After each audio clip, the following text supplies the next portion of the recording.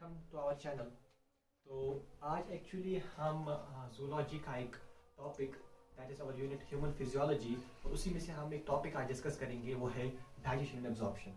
हम टोटली देखेंगे कि डाइजेशन होता क्या है, एब्जॉर्प्शन क्या होता क्या है हमारे बॉडी में, हर एक प्रोसेस, हर एक बारे में डिस्कस करेंगे। सो पूरे ही बेसिक से स्टार्ट करते हैं कि हम डाइजेशन में तक कैसे पहुँचेंगे। फर्स्ट ऑफ ऑल हम देखते हैं कि न्यूट्रिशन क्या होता है।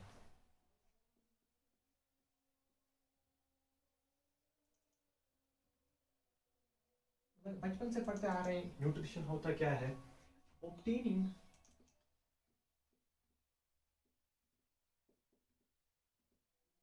and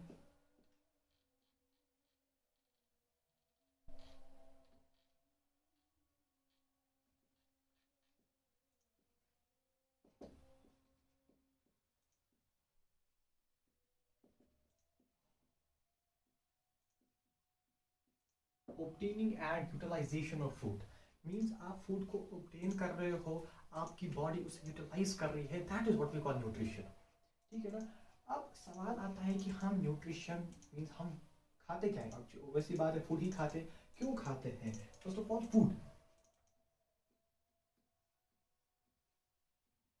कोई भी एंटिटी जो हमें एनर्जी दे, जो हमारे ग्रोथ में मदद करे, हमारे हीलिंग में मदद करे, हमारे रिप्लेसमेंट में मदद करे, उसे हम फूड कहते हैं। अब सवाल आता है कि हम फूड क्यों खाते हैं। इसके मतलब सबसे पहला चीज़ जो हम फूड खाते हैं, क्यों हमें न्यूट्रिएंट्स चाहिए।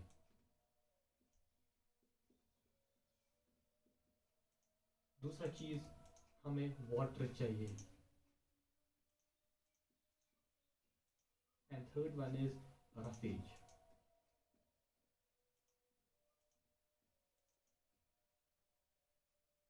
अब न्यूट्रिएंट्स में क्या क्या होता है। न्यूट्रिएंट्स में जो हमें चाहिए दैट इज कार्बोहाइड्रेट्स,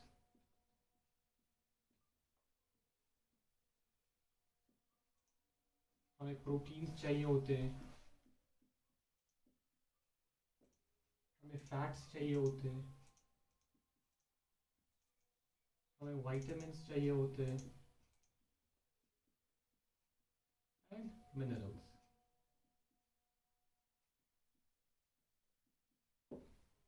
ठीक। इसके अलावा जो कार्बोहाइड्रेट है, प्रोटीन है, फैट है, इन तीनों को हम मैक्रोन्यूट्रिएंट में इंक्लूड करते हैं। वो बाकी क्या हुआ हम आगे देखेंगे।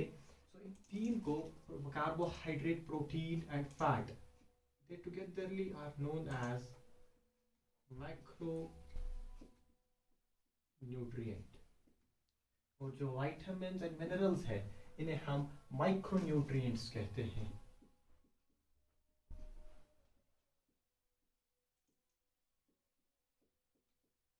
और इनफैक्ट जो आपका विटामिन और मिनरल्स है, इन्हें आपको डाइजेस्ट करने की उतनी ज़्यादा ज़रूरत नहीं, इनफैक्ट ज़्यादा डायरेक्टली एब्जॉर्ब हो जाते हैं। ठीक। तो ये तो थी बेसिक सी बात है कि हमें क्यों चाहिए होती है। इसके अलावा एक और यहाँ पे पॉइंट है, दैट इज़ कि हमें मैक्सिमम एनर्जी, देखिए मैक्सिमम एनर्जी ऑब्वियसली बात है फैट से ही मिलती है पर ग्राम। अगर हम बात करें कि एनर्जी पर ग्राम हमें किससे मिलती है,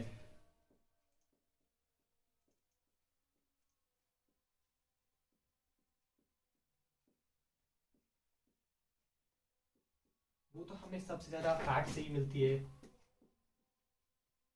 after that we have protein, after that we have carbohydrate.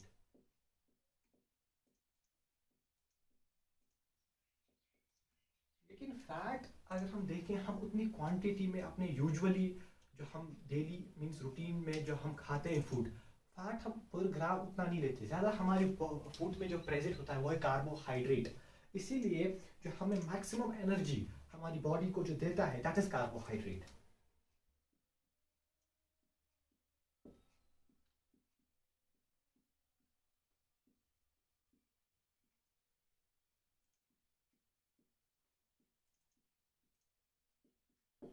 ठीक है। अंदर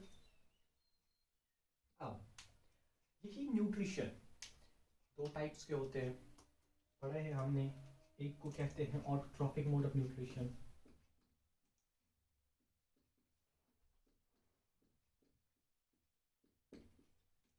और दूसरा होता है heterotrophic mode of nutrition.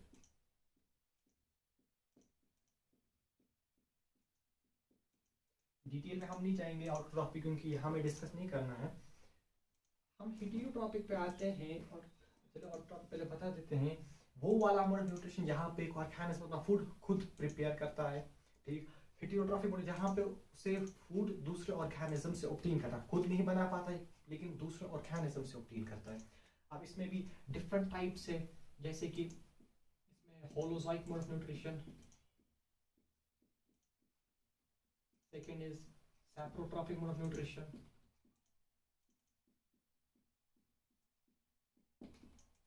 third one is symbiotic mode of nutrition.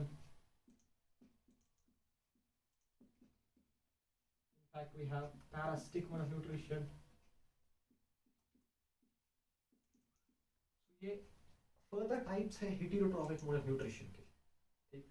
लेकिन एक्चुअली जो हमारा ज़्यादातर फोकस है वो रहेगा होलोजोइक पे, क्योंकि होलोजोइक उस मोड ऑफ न्यूट्रिशन को कहते हैं जहाँ से ऑर्गेनिज्म एक पर्टिकुलर ऑर्गन से अपना फूड जो इंजेस्ट करता है, ठीक है ना। मींस हम ह्यूमंस हम सिर्फ पाउच से ही अपना फूड खाते हैं, तो इसे इसमें आते हैं हमारे आपके ह्यूमंस, ठीक है ना। होलोजोइक की जो एग्जांपल है वो क्या है, ह्यूमंस है।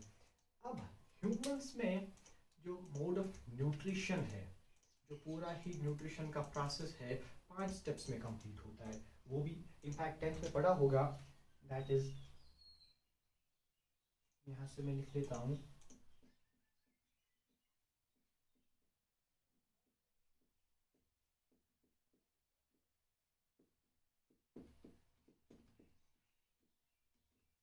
Steps of nutrition.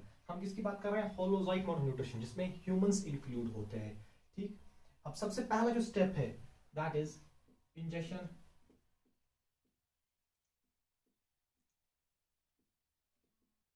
second one is digestion,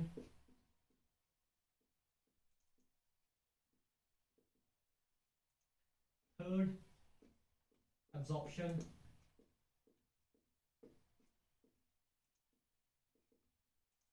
fourth one assimilation,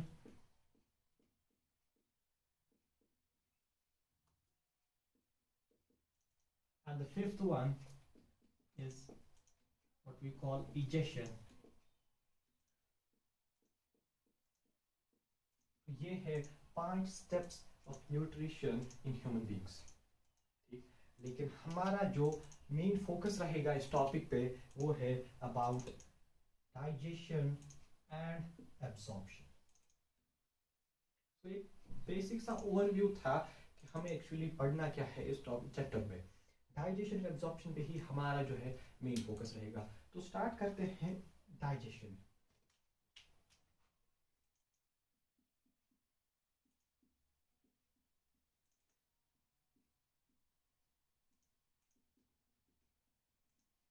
ये भी बहुत से पहले से ही पढ़ते आ रहे हैं कि डाइजेशन होता क्या है। Actually digestion means the break down of food, means food का ब्रेक डाउन होना from the complex material. Complex से सिंपल में जब फूड कन्वर्ट हो जाता है उसे ही हम डाइजेशन कहते हैं, या हम कह सकते हैं conversion of bio micromolecules to bio micromolecules, जो कि बायोमोलिक्यूल्स क्लास 11 में एक चैप्टर है, ठीक। तो हम इसमें डेफिनेशन लिखेंगे।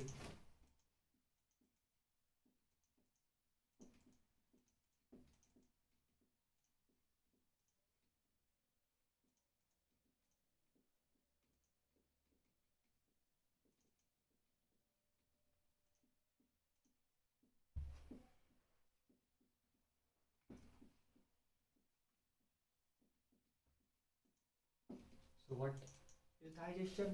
Breakdown of food, breakdown of complex food into simple food is, means basic C definition, breakdown of complex food into simple food is what we call digestion।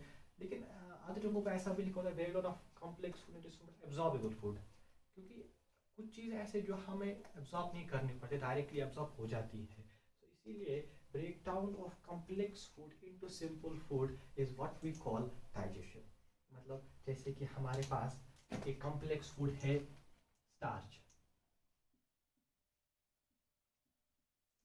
हमारे पास एक कॉम्प्लेक्स फूड है proteins,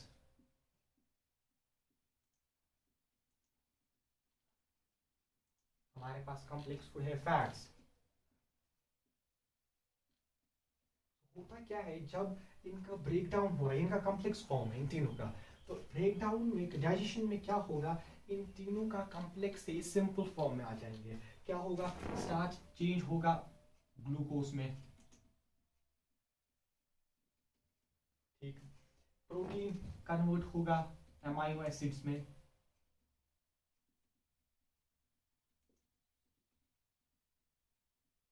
और जो fat है ये convert होगा into fatty acids plus ग्लाइसरॉल्स भी लिखते हैं, ठीक है ना। सो ये है इसका कॉम्प्लेक्स फॉर्म, ये है सिंपल फॉर्म। फाइनली जब हम खाते हैं पूरा डाइजेशन का प्रोसेस होता है, आपका स्टार्च ग्लूकोज में कन्वर्ट हो जाता है, प्रोटीन अमाइनो एसिड्स में कन्वर्ट हो जाते हैं, एंड फैट फैटी एसिड्स में कन्वर्ट हो जाते हैं। तो अब हमें इसी को ब्रीफली पढ़ना है कि हमारी बॉडी में कैसे डाइजेस्ट होता है, एक एक करके हमें हर एक पार्ट बॉडी का पढ़ना है, ठीक। तो अब आगे बढ़ते हैं।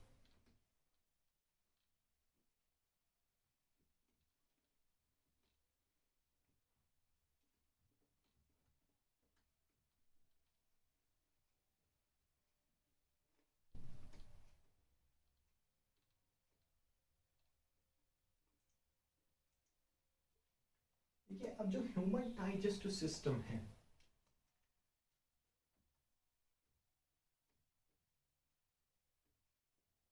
Human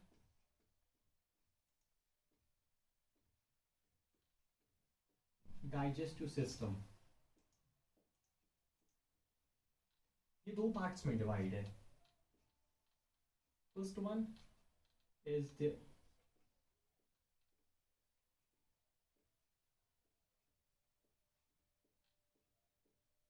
alimentary canal.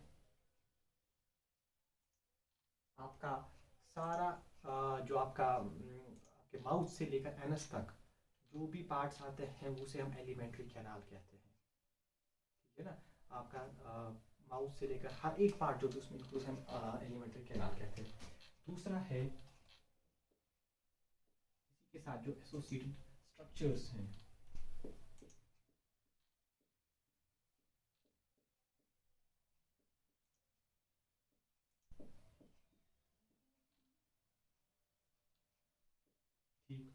Alimentary canal में हर एक पार्ट आएगा, माउथ से लेकर एनस तक जो भी है वो हम बिल्कुल एक एक करके हम उनको डिफाइन करेंगे, एक एक करके हर उन सबको जो है लिखेंगे। और दूसरा है एसोसिएटेड स्ट्रक्चर्स। एसोसिएटेड स्ट्रक्चर्स में मीन्स उनमें जो ग्लैंड्स आते हैं, उनमें जो जो भी चीज़ें प्रेजेंट है उनमें, जैसे कि आपका एसोसिएटेड स्ट्रक्चर आपकी डाइजेशन में जो मदद करता है, एक एसोसिएटेड स्ट्रक्चर आपका सेलिवरी ग्लैंड।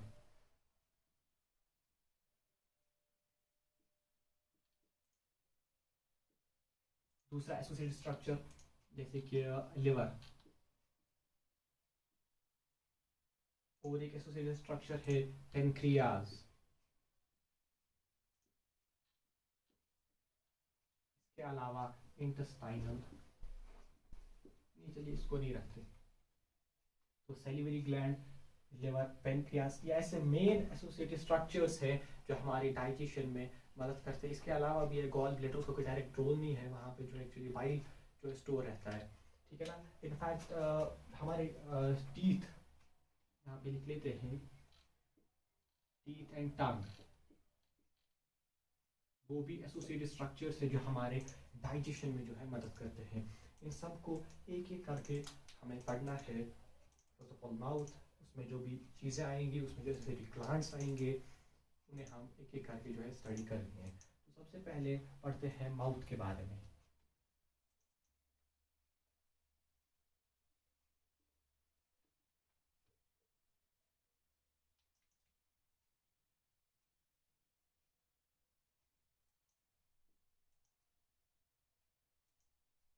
देखिए हमारा माउथ जो है दो पार्ट्स में डिवाइड है, इनफैक्ट दो कैविटीज जिन्हें हम कहते हैं, ठीक है ना।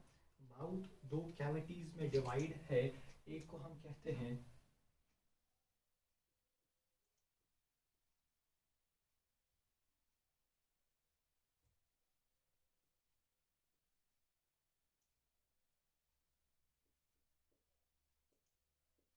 बकल वेस्टिब्यूल और दूसरा पार्ट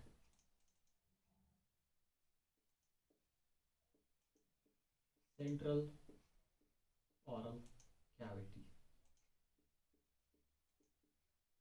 हमारे माउथ में दो कैविटीज पाई जाती है, एक है बकल वेस्टिब्यूल, दूसरा है सेंट्रल ओरल कैविटी। अब बकल वेस्टिब्यूल किसे कहते हैं? बकल वेस्टिब्यूल होता है the space between the cheek and the teeth. जो हमारे टीथ वो चीक्स के बीच में जो स्पेस पाई जाती है, that is what we call buccal vestibule. So यहाँ पे मैं लिख लेता हूँ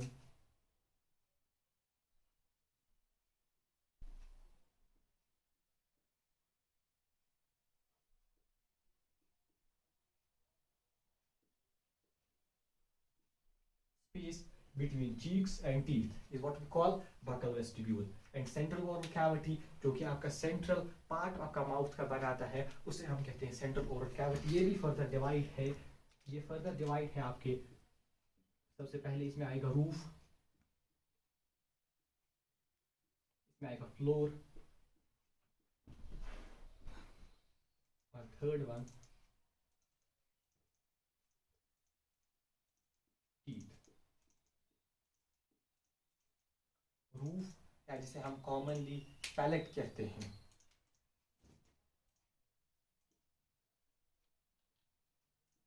ये पैलेट क्या बनाता है? हमारा roof portion central oral cavity का। फ्लोर जिसमें टंग आता है, and third one is teeth. ठीक, अब सबसे पहले यहाँ पे तो उतना डिस्कस हमें नहीं करना है बकल वेस्टिब्यूल में। सबसे पहले हम पढ़ते हैं टीथ के बारे में। तो स्टार्ट करते हैं टीथ।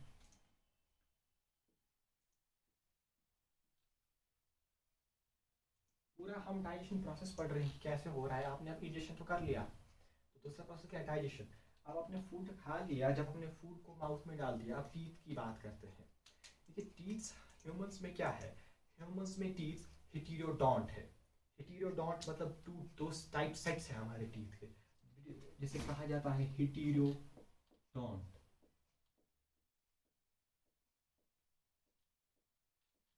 हेटेरोडोंट मतलब दो सेट टीथ है हमारे।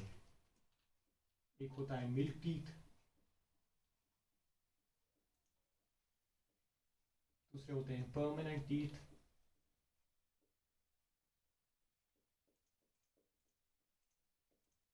ठीक, मिल्क टीथ को हम डेसिडुअस टीथ भी कहते हैं।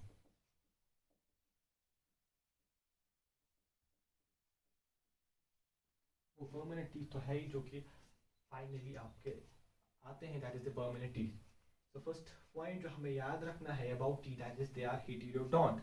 दो सेट के टीथ हमारे हमारे ह्यूमंस में पाए जाते हैं। एक है मिल्क टीथ या what we call deciduous teeth, and second one is permanent teeth. ठीक है ना? अब मोनोफियोडोंट और डाइफियोडोंट।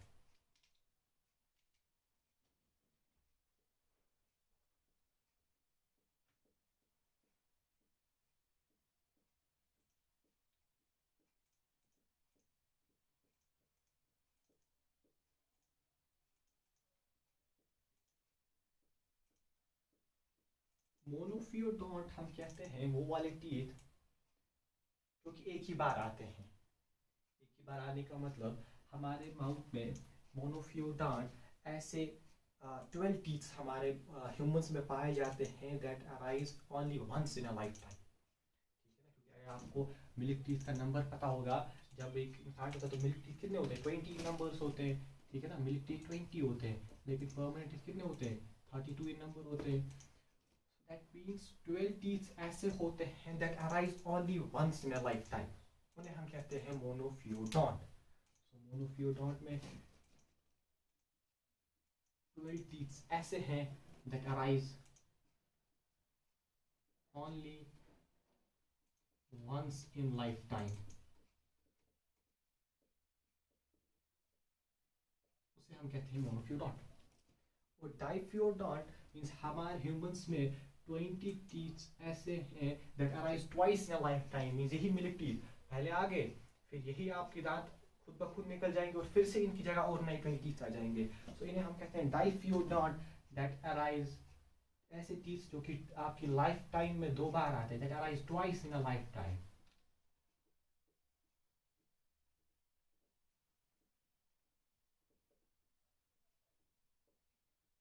ठीक है यहाँ तक। तो एक टीओडॉन्ट मीन्स दो सेट के टीथ पाए जाते हैं, मोनोफियोडॉन्ट जो कि सिर्फ एक that arise only once in a life time, and diphyodont that arise twice in life time. इसके अलावा जो ह्यूमंस में टीथ है दैट आर थीकोडॉन्ट।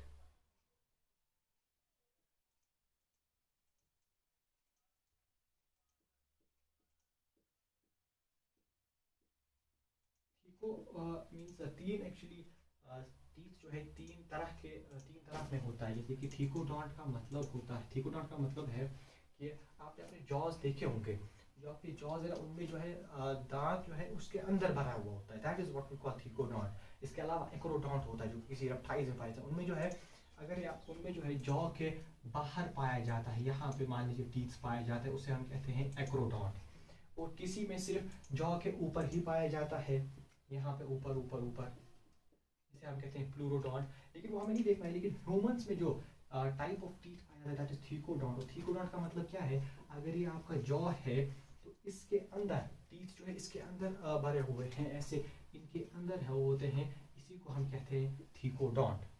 ठीक, it is what we call thecodont. आइए अब थोड़ा बहुत डिस्कशन कर लेते हैं मिल्क टीथ के बारे में। ये मिल्क टीथ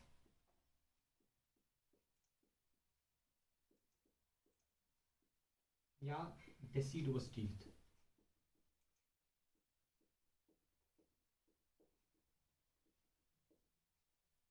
होते हैं, they are 20 in number, means 10 lower jaw में पाए जाएंगे और 10 अपर जॉ में पाए जाएंगे। इसे हम कहते हैं sorry they are 20 in teeth, 20 in number, this is called milk teeth. अब आपके टीथ के 4 सेट्स पाए जाते हैं, incisors, second one canine, third premolar, and the fourth one is molar। लेकिन अगर हम एक इन्फेंट की बात करें, उसमें सिर्फ इंसीजर, कैनाइन, उसमें ये नहीं होता है, प्रीमोलर नहीं होता है,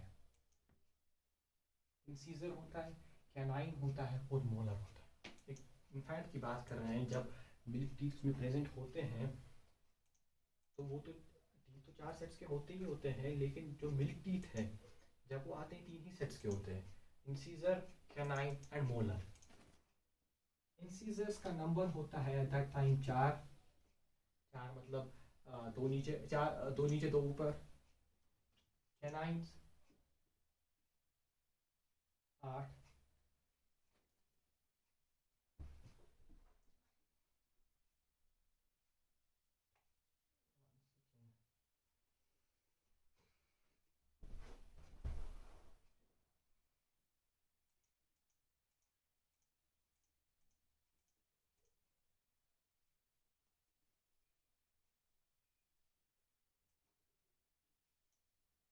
ठीक, 8 कैनाइन 4 मोलर 8, तो आप देखिए ये होते हैं 20 टीथ्स।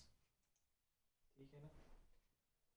अब अगर हम परमानेंट टीथ्स के नंबर की बात करें, मीन्स ये तो हुआ मिल्क टीथ का नंबर, इंसीजर्स 8 होते हैं, कैनाइन्स 4 होते हैं, 2 लोअर जाम में 2 ऊपर जाम में, मोलर 8 होते हैं, मीन्स 4 नीचे 4 ऊपर होते हैं, उसे हम कहते हैं मोलर। अब आते हैं परमानेंट टीथ्स पर।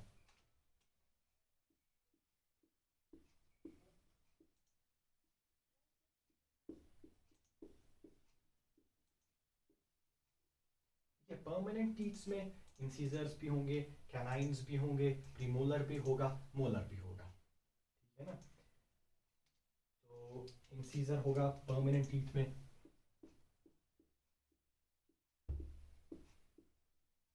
परमानेंट टीथ में कैनाइन होगा, परमानेंट टीथ में प्रीमोलर होगा और मोलर भी होगा। ठीक, इंसीजर की बात करें, सेम ये 8 ही होंगे,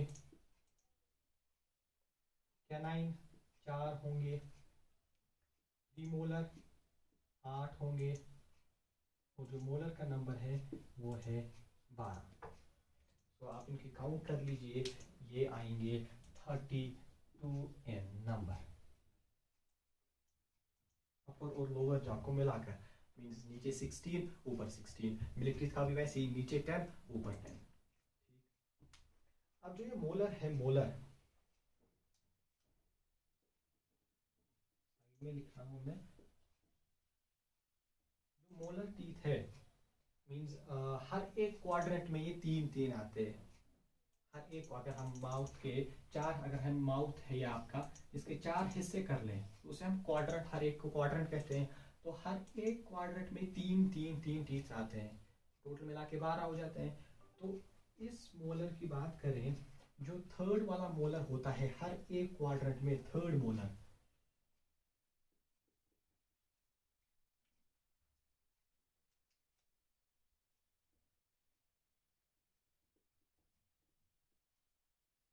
थर्ड मोलर को हम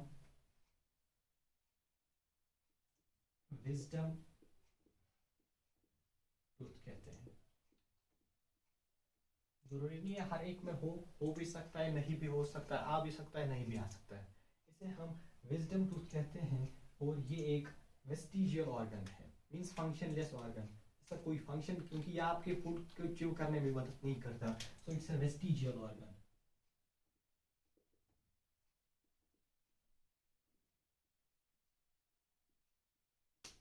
कौन सा?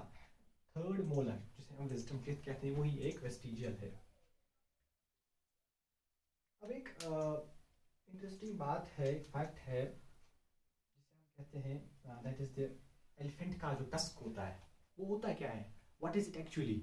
एलिफेंट्स का जो टस्क होता है, that is the modified incisors, ठीक है ना। अपर जॉ के वो मॉडिफाइड इंसीजर्स होते हैं। और अपने मदर्स भी एक ऑर्गेनिज्म देखा होगा, उसमें भी बड़े बड़े दांत होते हैं, और वो क्या होते हैं, those are the modified canines होते हैं। ठीक, अब थोड़ा सा बढ़ते हैं आगे।